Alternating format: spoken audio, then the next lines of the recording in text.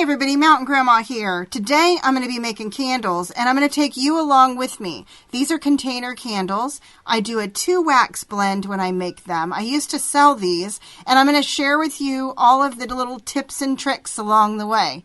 And this is all part of the My Gifts from Home collaboration hosted by Tina over at Life in the Piedmont.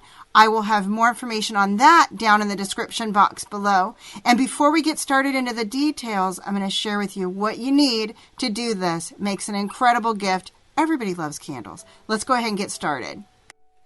All right, the first thing you see here are candle containers, and these are real easy to come by. People will give them to you rather than throwing them away. And I'm going to show you how I clean mine to get them ready. You'll also need a scale, a candle wax melter, and you'll need a glue gun because you've got to put your wicks in your jars, and here's those wicks. I'll talk about those a little more later also. Fragrances. I love Candle Science fragrance. They tell you what actually throws a scent with soy wax and what doesn't, which is super helpful. Also, Wholesale Supplies Plus, Crafter's Choice brand. I like their fragrances also, but you want to make sure you test those. And for coloring, you can use like colored wax melts, even if you don't like the smell, because you're going to drown it out with something else. And there's also these Redded Glow colors that you can purchase and use. They're little bitty, color thingy, dye chips, that's what they're called, that you drop in. And guess what? Broken crayons, keep those. You can use those as your colorant. And I'm going to do that with our green candles today. You're going to need wax. Now, I love a paraffin soy blend. This is my paraffin wax, like 50 blocks or 50 pounds. This huge block, and I cut it as I need it. I used to sell candles, so that's why I have such a large quantity. And then your soy wax is kind of like little chips like this that you see here. I love to do the blend because paraffin wax throws better than soy. Soy doesn't burn as dirty as paraffin. It's a great combo. Now, here you see this box of like old candle holders. Keep an eye out at your thrift stores, at your yard sales for those, half-burned candles. You can clean these, and I'm going to show you how I do that in just a minute, but I'm going to share with you. Some of these are, they got a little wax at the bottom. They're kind of dirty. So the first thing that I do is I heat up some water to simmering, and you get your candle holder in there, and you can see here, with the bottom wick parts that are left and all. Just kind of set it in there. Once that water warms up, the wax, of course, melts. And when it does, you can get that wiped out real easy. Just a note, you can always tell a cheap candle because a cheap candle, the wax is real stubborn and doesn't want to melt real easy, which is, interesting. But it'll happen. So get those cleaned up. Go ahead and wash them out. Now, you might find that some of them end up with a black ring around them, like you see right here, and it won't wash off. But what will take it off is a good spray of isopropyl alcohol. So don't think that they're no good and that they can't be cleaned, because they can. You'll get your isopropyl alcohol and just go ahead and wipe those suckers, and you can see the black stuff. It just comes right off. Easy peasy. All right, now that our containers are cleaned up, let's get to making some candles. So what you see here is me weighing out the paraffin wax first.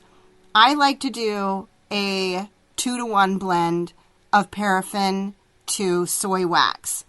Now, I've also seen this like a 3 or 4-to-1, 1-to-1, do what you like.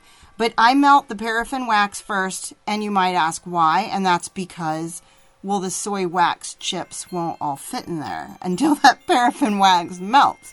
So get that melted, and then here's those soy wax chips that I'm adding there. And we are going to go ahead and let those melt. And now let's go get our wicks in our jars. So there are different kinds of wicks, and you can see some here. They come in different sizes. These are not braided wicks. There are also wicks that are braided. They're all pre-tabbed. Of course, you can get wicks that are not pre-tabbed. That just means they got the little bottom on them for you to glue into your container.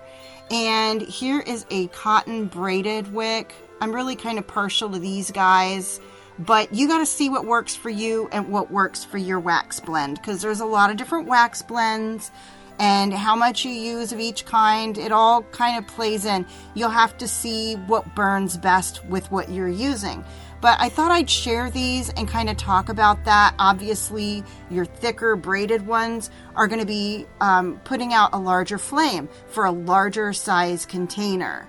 So you kind of got to match up the size of the wick with the size of the container in when you're talking about like circumference. How big is it around? So I wanted to point that out. And then the next thing I'm doing here is I'm going to be adding my wicks into the bottom of these containers. I love to have multiple wicks in a container. I just like a 3-wick candle. I think that it burns well. It throws a great scent that way. I just really love it. So this part's really easy, guys. Like, you add glue to the bottom of them and you put it in the jar. It's really that simple. Obviously, they need to line up well. So I'm going to be doing that with all of these, and I'll be back with you. Just a quick reminder, don't forget to check out the playlist for other videos in this collaboration. It'll be on Tina over at Life in the Piedmont's channel. I'll include a link down in the description box. This is my 3rd year participating, and I make really fun stuff every year. It's one of my favorite collaborations of the whole year, so I hope you all enjoy it. Now, before you pour your candle wax, you have to get your wicks standing upright. These little chopsticks work perfect for that. And you can purchase these here, and that's the little thing the wick goes in. So even if you have 2, like I do here, see, I'll set that in one, and then the other one kind of stands up nice next to it. Now for 3 wicks, I use those chopsticks come in perfect, because you can line 2 of your wicks up with the chopsticks, and then you can use the other little metal wick holder for that 3rd wick to get it to stand upright. And it works out perfect. Just make sure you have enough of these guys, because that will limit how many candles you can make at one time. All right, I've got my wax. It's still melting slowly. I'm going to go ahead and drop in my green crayon and let that melt in there. All right, now you can see my green crayon's melted. This is 185 degrees, and I'm adding in my fragrance. And I like to add an ounce to 1 pound of wax, or maybe 1.5 pounds. And so what you just saw me add was 1.5 ounces to this. And then once you add it in, set your timer for 2 minutes. You need to stir for at least 2 minutes. This is helping the bonding take place. And then you want to let it cool. It's been so long since I made candles this first time, I forgot to let my wax cool completely, because you want to let it cool to 135 degrees. Those are the magic numbers. And you'll see that I'm not just pouring all the wax in one container, but I'm kind of going container to container and pouring a little bit and then going back and adding again. This is what works for me. And the green crayon color turned out perfectly. So again, what do? We melt our wax blend after weighing it out up to 185 degrees. Add in our fragrance oil, set your timer, stir for 2 minutes at least. Sometimes I might stir for like 3 minutes, just saying. But once you stir that, you got to take it off of the heat, let it cool. By the way, before I stir it, sometimes I go ahead and turn that heat off. Depends on if it's a strong 185 or like a weak 185. Pour those consecutively in layers. But you got to let it cool to 135 degrees.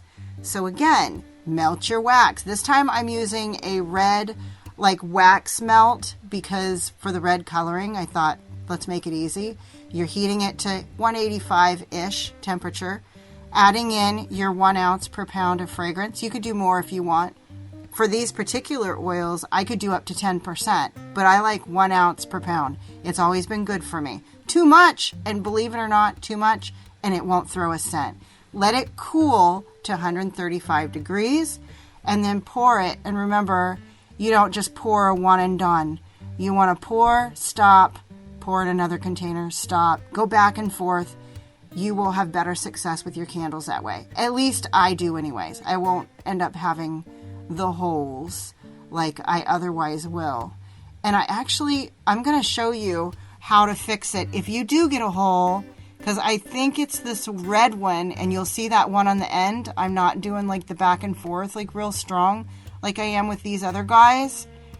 I think it's that one little one that I poured a whole bunch in without going back and forth that ended up with the hole. So here in a minute, I'm going to show you how to take care of the hole if you end up with a hole near your wick. All right, these have sat overnight. See the little hole there? You've got a little bit of wax left in your container because maybe you didn't clean it the night before. So don't clean it. That's a good reason to let it leave. I just put it in the warm water and let that wax melt back up. And it just is a couple drips, just enough to pour in there and fix that little hole. And then here they are, all of them. And just another pointer. Don't burn these for minimum 24 to 48 hours. There's soy wax in there, and soy wax actually cures best after 10 to 14 days. So if you're selling these, you'll want to wait at least that long, or people are going to think that your candles don't smell when they burn. I hope you guys have enjoyed this video and this tutorial. If you have any questions, leave them in the comments. I'm happy to help. Happy candle making, and I'll see you on the next video. And remember, everybody, keep your joy, folks.